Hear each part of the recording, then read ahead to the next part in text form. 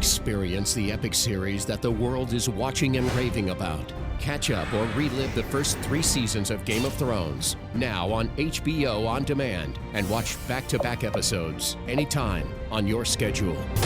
This year, join the Legion of Followers and enjoy past seasons of Game of Thrones, plus the premiere of Season 4 on April 6th on HBO. Don't miss out. Sign up for HBO and get free access to HBO On Demand. Shanty structures demolished near Pride Estates months after residents complained. 2 Bahamians and a Canadian arraigned on a big drug find. Alleged gun smugglers try to outsmart police. We'll tell you how. Bahamar on track for its December opening as dozens receive leadership training, and Guardian Radio celebrates its 2nd anniversary. We have those stories and more coming up tonight. Good evening, Bahamas. I'm Christina McNeil, and your MB12 starts right now.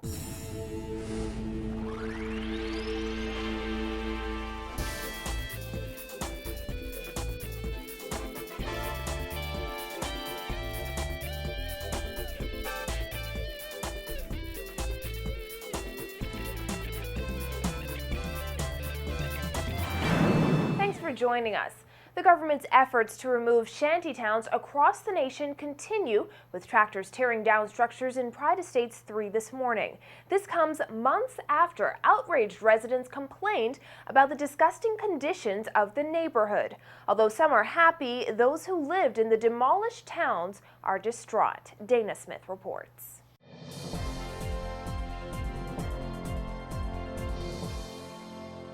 Just over 2 months since residents of Pride Estates number 3 have complained about vandalized homes and nearby shanty towns, they say they're pleased the government has now stepped in to demolish the shanty structures. It's been long overdue for the government to have done something, because we as residents of Pride Estates was trying to get the government to do something around here for a little while. We are grateful what the government has done so far, because man, it's terrible, the conditions that we had to put up with for the past couple of years. The presence of the shanty structures has been a long-standing, vexing issue for residents.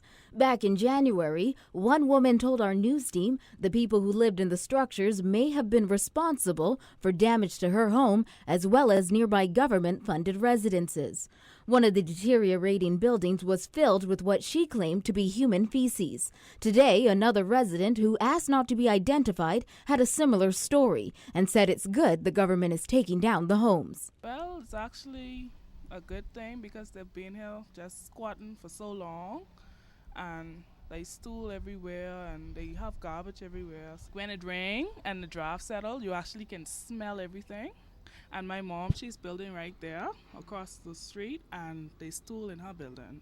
However, not everyone is pleased. Residents of the demolished shanty structures say they were given no prior warning and are now left homeless. I know the world out there hear me, and I wanted to see what's going on. This was a home. It's not properly maybe, but it's a home to shelter people from the storm, and it did from 91 to now. 2014. Come on. I don't want to cry on this phone, but it's okay though. A distraught Joshua Roll said he has nowhere to go. Roll claimed his deceased girlfriend had a permit to reside on that land, and he has applied for ownership of the land. He said when he tried to explain the situation to officials this morning via phone, they would not listen. The phone call came to talk to the 2 inspectors the other day, and they refused to speak on the line. They refuse to talk. Hey, ma'am, let me tell you something, y'all. It's sad. Roll, who said he's from Andros, woke up to the sound of a tractor demolishing his neighbor's house. He says officials demanded he leave home and his belongings lay piled on the side of the road. Although his neighbors may be pleased with what's going on, Roll said it's just not right. To the sound of that D9 running through the voice house to get here. And there are occupancies who paying rent, who authorized this from one day from MB12 with y'all here with this house here, with saying people are using it to use it as a toilet, and never was so true. And they're so happy that all this going on. Well, they have an apartment. I don't have no place to stay tonight. But I tell you this much, to God be the glory, great things they done to me. And the 3 occupancies, the 2 other kids that lives in this house that are human beings, and we have rights as, or not only Bahamians, but every human has a right in this country of the Bahamas today. When reached for comment, Environment Minister Kenbritt Dorset, who has been leading the government's Shantytown demolition efforts, said adequate notice was given to the residents. Dorset said notices were given months before today's demolition, and it would be an untruth to say the government has not been in dialogue with the residents. He also told NB12 Social Services has been involved in the effort to provide assistance to the displaced. Joshua Roll said he had an appointment with Social Services at 3 p.m. today. Reporting for NB12, I'm Dana Smith. Well, 2 Bahamian pilots and a 23-year-old Canadian man today arraigned on 12 drug-related charges in connection with a huge drug find earlier this week. 48-year-old Murillo Sullivan of Bel Air Estate, seen in the yellow shirt, and 37-year-old Daryl Bartlett of Coral Harbour in the blue shirt were charged, along with 23-year-old Michael Webster of Quebec, Canada, in the black jacket. Before Deputy Chief Magistrate Andrew Forbes.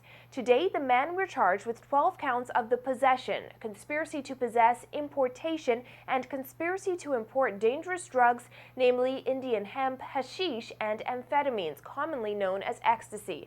Police say the drugs are found on board a jet that had just arrived at Lyndon Pinling Airport from Montreal, Canada.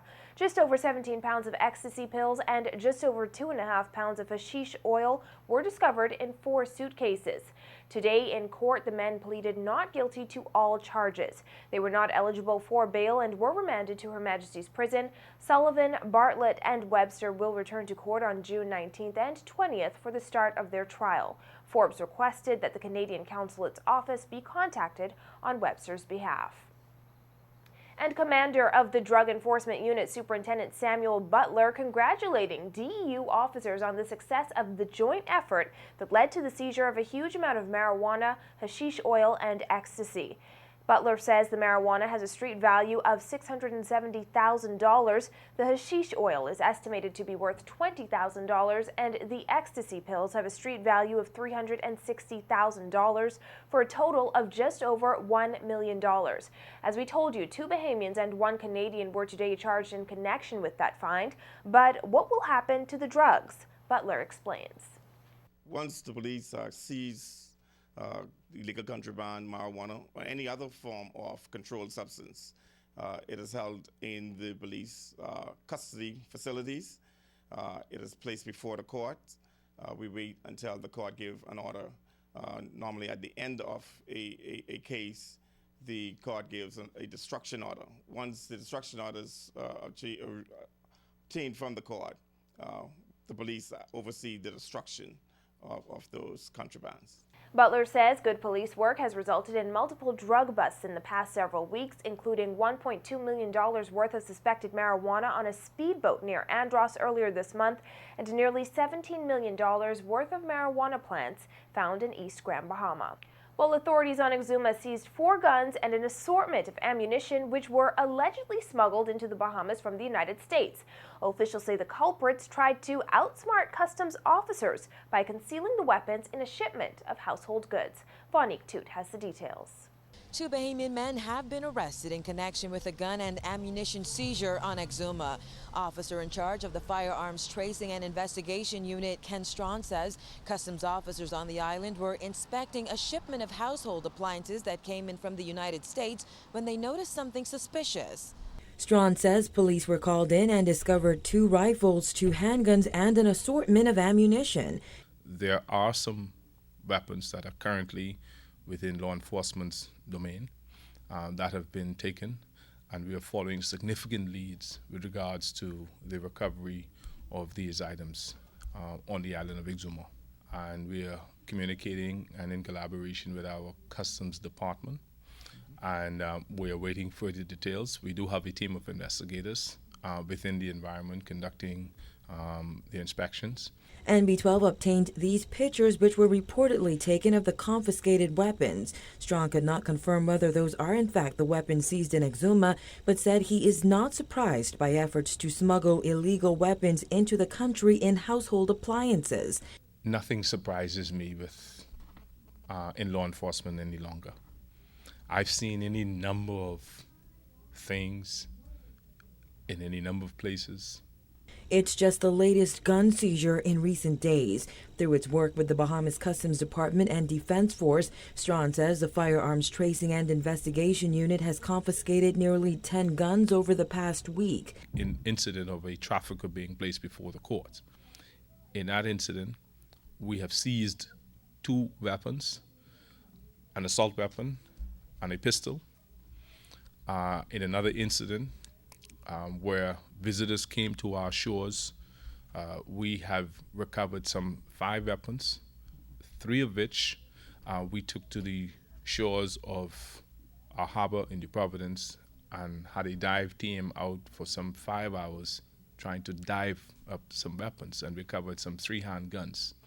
Strawn says officers have also seized high-powered weapons and ammunition, which have a greater degree of penetration and destruction. Last week alone, our office has dealt with 2 AK-47s, a Mach 11 submachine gun. We've also in recent time dealt with a number of 7.62 variation or 2.223 variations of assault rifles. We are dealing with the handguns with extended clips, carrying a mag capacity of as much as 32. So far this year, police have reportedly taken more than 100 firearms and nearly 2,000 rounds of ammunition off our streets. In 2013, police seized 438 illegal firearms and 6,853 rounds of ammunition. Strawn could not say if or when the 2 suspects would be charged, noting that police are still in the early stage of their investigation. Reporting from the Firearms Tracing and Investigation Unit, Wanig Toot, MB12.